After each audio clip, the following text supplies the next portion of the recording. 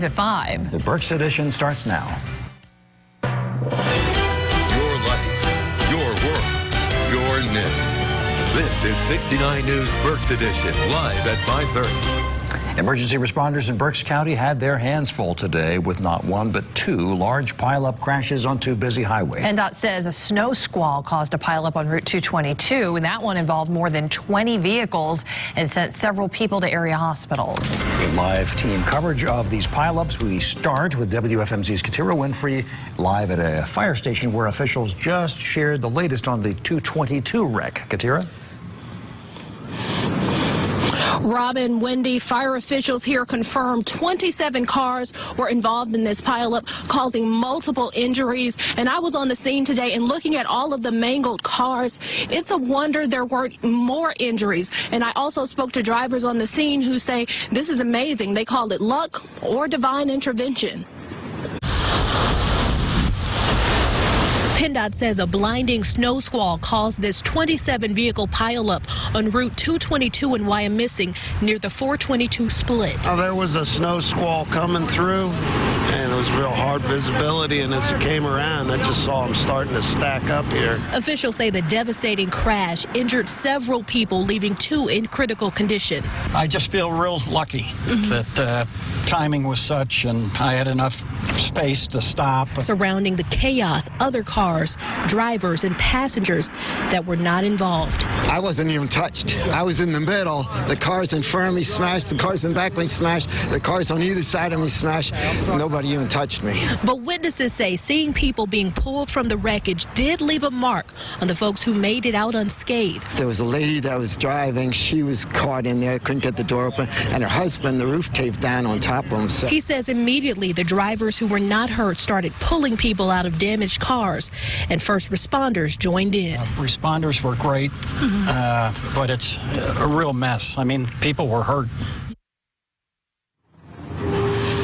And fire officials say the snow was definitely a factor. However, they are still taking statements from witnesses. Reporting live in Spring Township, Katira Winfrey, 69 News.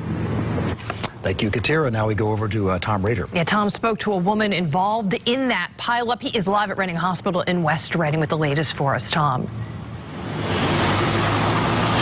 Wendy and Rob, good evening. Staff here at Reading Hospital crediting a new Level 1 Trauma Center designation with helping them to treat victims following today's accident. One woman I spoke to who didn't have to be transported to the hospital is crediting her seatbelt with saving her life. A Spring Township woman heading home from work described how fast the weather conditions changed as she drove on Route 222 in Wyomissing. It was like blinding snow. It was just like pure white. You couldn't see anything. Her first instinct? I pulled over to the left lane. I thought maybe if I got off or it would be slower traffic, and then I got nailed by a truck. She says she's grateful she was wearing her seatbelt. Well, I sat in the car a couple minutes. My seatbelt saved me. My seatbelt saved me. Seatbelt saved lives. But her harrowing ordeal didn't end there. The tractor trailer gentleman came out and he said, "Are you okay?" And I said, "Yeah." And I said, "Call 911." And then another tractor trailer sideswipe just piled up. She wasn't hurt. She went to a fire station in Spring Township, which served as a warming station, where she told her story to police. Some of those hurt had to go to Reading Hospital. Staff members say they were ready. So about 1:20, we got a call from EMS saying that there was a snow squall and there was a mass casualty event with up to 30 vehicles with several patients that were entrapped. Officials at Reading Hospital say they treated 9 patients from the incident.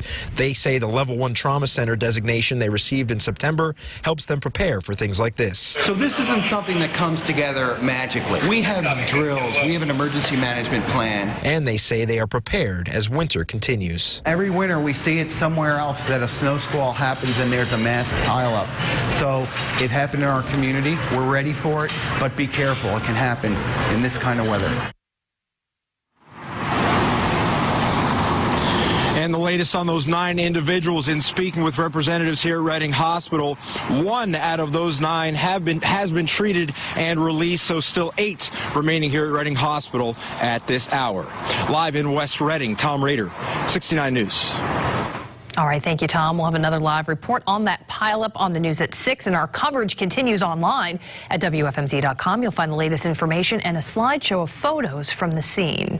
Well, that crash wasn't the only pileup in Berks County. First responders were out. They were called from the scene on 222 to respond to a separate mess on I-78. WFMZ's Holly Harrer is live near the highway in Windsor Township with more. Holly? Rob and Wendy, yeah, still a very active scene here on 78. Flashing lights indicate first responders and tow trucks are still hard at work trying to clear this portion of 78. Traffic is starting to make its way down the westbound lanes and the eastbound, but very sparingly. A multi-vehicle crash involving more than a dozen vehicles caused problems on I-78 in northern Berks County. The wreck happened around 2:45 this afternoon in the westbound lanes of the interstate in Windsor Township, about 2 miles from the Hamburg exit. Initial reports say at least 14 vehicles were involved in this crash, including tractor trailers. Those reports indicate people suffered only minor injuries. Officials have not yet said what may have caused the crash, though a command post has been set up at the Pennsylvania Emergency Management Agency near Hamburg. We'll have much more on this coming up at 6 live in Windsor Township. Holly Harris, 69 News. All right, thanks, Holly. Well, the snow squalls move through quick, and they prove to be dangerous. Yep, and Dan's joining us with more on these squalls. And that's what those squalls do. I mean, really intense snow, guys. They don't last all that long, but, I mean, it snowed harder in 30 minutes today than it did really all of our snowfall on Tuesday. All right, so each pileup had weather most likely as a factor. The Wyomissing pileup, easily a snow squall. This was the radar about the time that pileup occurred. The snow squall, the line actually fizzled to the west of Berks, and just like a summertime thunderstorm, it can kind of re-energize, and that's what this did right over Berks County. So it dumped snow for a very short amount of time, but whiteouts, near zero visibility, absolutely a factor in the Wyomissing crash. Now, the I-78 crash happened after the squall moved through, but you're traveling west, the sun coming back out, sun could have been a factor, plus you had the snow on the ground from the squall, the wind started kicking up, so I'd imagine blowing snow, sun glare, and slush on the roads, most likely a factor on the 78 crash, even though the squall was already well to the east at the time of that pileup. Squalls are off the coast. They're long gone. Now the focus is the bitter cold, and it's arrived. We're down to 10 right now in Reading, 3 in Pottsville, 10 in Pottstown, 12 in Lancaster. With the wind factored in, wind chills 20 degrees colder than what your backyard thermometer reads. So 10 below, and the wind chill is not done dropping, nor is the temperature tonight. We have wind chill alerts for Berks County and for everybody. Over the Poconos, wind chills to 30 below. For Berks County and everyone else, wind chills to 20 below. All right, so bitter cold is here, but for how long? Details, 7-day forecast. There is a thaw on the way. We'll let you know how quickly coming up. All right, that's good to hear. All right, thank you, Dan. Let's get a look at the roads now. Yep, we go upstairs once again to Jeff Bolden. We are still dealing with some problems for the rush hour for the trip this evening. Let's go right to the traffic map, to the flow map, where we have some very heavy traffic. We have an accident on 422 eastbound approaching Route 176. We have some heavy traffic on 222 southbound approaching 73. We don't have any accidents on 222. We do have the big accident on Route 78. We're still dealing with this closure. 78 westbound, it is closed at Lenhardsville exit 35 till you get to Hamburg exit 61. It's been closed pretty much all afternoon. Has traffic backed up well beyond Crumsville, so a very slow ride through Berks County traveling westbound on Route 78. Here's a look at 78 westbound at the Crumsville exit, at Lenhardsville exit, where all traffic has to exit. So plan ahead if you have to travel this direction on Route 78. Travel on the turnpike moving through Berks County, looking good for the trip so far this afternoon. Still dealing with some ugly conditions on some of your side streets and back roads, but once you make your way to the major roads, things are moving along in fairly decent shape. Here's 222 at 183. They're both accident-free. The Lehigh Valley is busy. Heavy on 22, but no accidents 22 or 78. Don't get stuck in a traffic jam. Download the 69 News traffic app. I'm Jeff Bolden in the 69 News Traffic Center. Thanks, Jeff. Thanks, Jeff. A top union boss in Philadelphia with ties to our area has been indicted. After the break, we'll have more on what this man is accused of, and we'll explain his connection to a former Reading mayor. Plus, a verdict is reached in the trial of a man charged in a deadly shooting in Reading.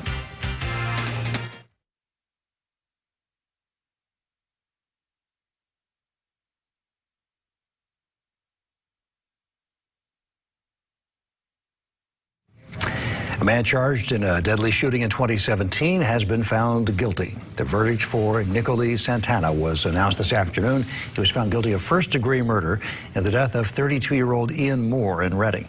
Sentencing information has not been announced yet. Moore was gunned down in a parking lot in the 200 block of Penn Street. Well, federal authorities are indicting a powerful union boss in Philadelphia with ties to a former mayor of Reading. Charges against John Doherty and a Philadelphia city councilman and 6 others were announced today. Officials say the defendants misspent more than $600,000 in union funds. Doherty leads Local 98 of the International Brotherhood of Electrical Workers. Local 98 was previously tied to a state attorney general's office investigation involving former Reading Mayor Vaughn Spencer and his campaign finances. You can read more about the past investigation on our website, WFMZ.com. It is so cold in Chicago that the train tracks had to be set on fire to keep things moving. Check it out. You can see the flames on the tracks for Chicago's Metro rail system. Metro says the fire is from special gas-fed heaters that run alongside the rails. The flames keep the tracks clear of ice and debris. It also helps prevent the shrinking of metal that sometimes comes with extreme cold. And it is extremely cold in Chicago. Wind chills there well below in the tens below Chicago. Burr. Yeah. Amazing. Light up the tracks. Yeah. Wow. All right, that takes us to the forecast, and then we'll see how cold it's going to be for us. Yeah. Dan? Well, guys, it is going to, by next week, feel 70 degrees warmer than it will tonight. That's amazing. We just got to get through tonight and maybe through Friday morning, and then the cold will ease. All right, the cold delivered by snow squalls. We warned you about these yesterday. They are the wintertime equivalent of thunderstorms. They come upon you fast. They dump snow for a very short amount of time. Whiteout conditions, an inch of snow. So the line actually kind of reorganized right over Berks County and then intensified as it swept its way east. Behind the squall, the sun came back out. But you noticed the winds really cranked up and the temperatures plummeted from upper 20s ahead of the squall. We're down to 10 now. Stick a minus sign in front of it. That's your wind chill, 10 below. West-northwest wind at 22, making for a biting and bitter and blustery breeze. The peak wind gusts so far today as those squalls came through, creating those whiteouts, creating those pileups, a 43-mile-per-hour gust. Now, they're not going to stay 40-something all night, but we're not going to lose the wind, which means we're not going to lose the wind chill. Your current temperature, we're already 0 in Hazleton, 3 in Pottsville, 10 in Reading and Pottstown. Let's take you into Berks, where single digits are already out there. Now, we haven't officially dropped below 0 in Reading since 2015.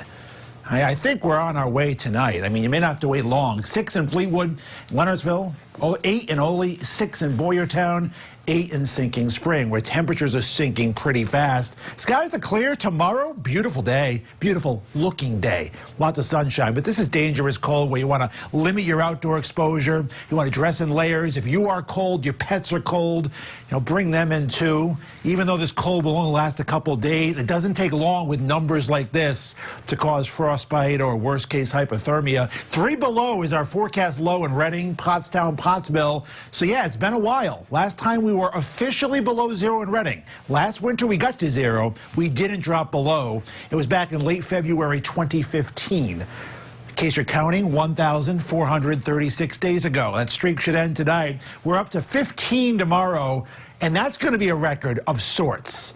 The coldest high temperature ever for the last day of January was 19. That was set back in 1936, the year. We are forecasting 15, so record cold high temperature. But look at this warming trend from 15 tomorrow, and we add a decade a day. So teens on Thursday, 20s on Friday, 30s on Saturday, 40s, and do we hear 50s? Yes, 50s next week. So a wind chill of 20 below tonight to a temperature of 50 on Tuesday. If you do the math, that's a 70-degree warm-up in terms of what it will feel like outside. We got to get through the shivering tonight, though. A lot of sunshine tomorrow. The bitter cold. We're back around 0 tomorrow night. A little weak disturbance Friday may coat the ground with snow, mostly to our south. and then we start the warming trend. Very welcome, and after the next 48 hours, very well deserved. 3 below tonight, clear to partly cloudy, blustery, frigid wind chill advisories for those wind chills from 15 to 20 below in Berks County, as cold as 30 below in the mountains. 15 our high on Thursday, bitterly cold despite lots of sunshine, a biting wind. There'll be some blowing snow around. Down to 0 Thursday night. 22 on Friday, a little light snow maybe late in the day again, maybe a coating. Groundhog Day Saturday, 34. I don't know what Phil will say. I'm not saying he's going to say an early spring, but it will feel like spring next week.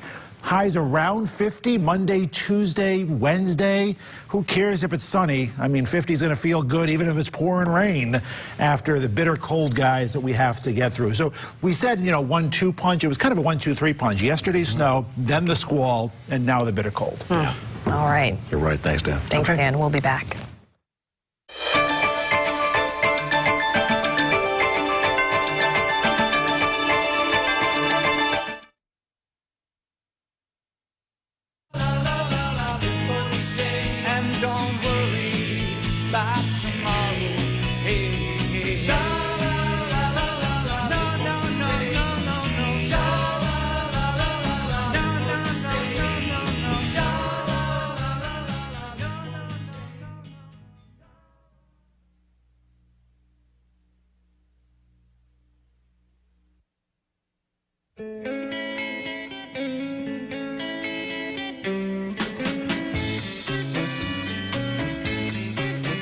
Well, she's fashionably lean,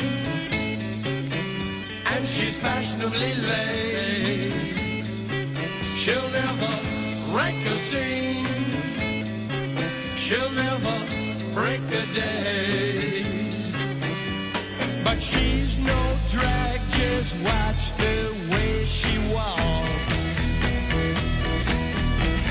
She's a 20th century fox. Revenge on their minds. The bubblers beat the hot. 20th century fox. No tears, no fears, no ruin years, no clocks. She's a 20th century fox. Oh, yeah.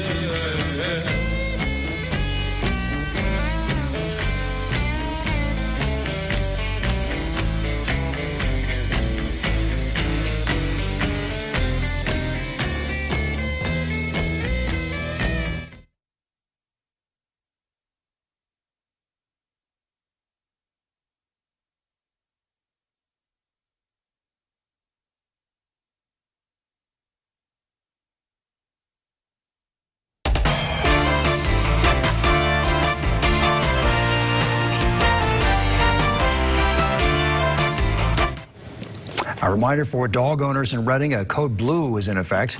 That means all dogs have to be kept inside because of the frigid temperatures. Dogs should only be let out for brief bathroom breaks. The code blue will stay in effect through Sunday morning. Violators could be fined or have their dogs taken. The Reading Area Water Authority is responding to another water main break. The break was reported around 3:30 this afternoon in the 700 block of North 12th. RAWA says 59 homes are under a boil water advisory. The road is shut down and will remain closed until around midnight. Well, digging out was a family affair in part of Berks County. We caught up with the Benjamins in Bernville. Mom was busy shoveling the sidewalk while the kids enjoyed the snow, and they let us in on their favorite plans for snow days. Playing. Playing around and getting hit by snowballs. All right. Well, as for the shoveling, we're told it wasn't too bad because thankfully the snow was pretty light. Always a good thing. Well, kids in Reading busted out the sleds and headed for the hills. We found a bunch of kids braving the Arctic air to go sledding here. They bundled up and took turns riding down the hill. There they go.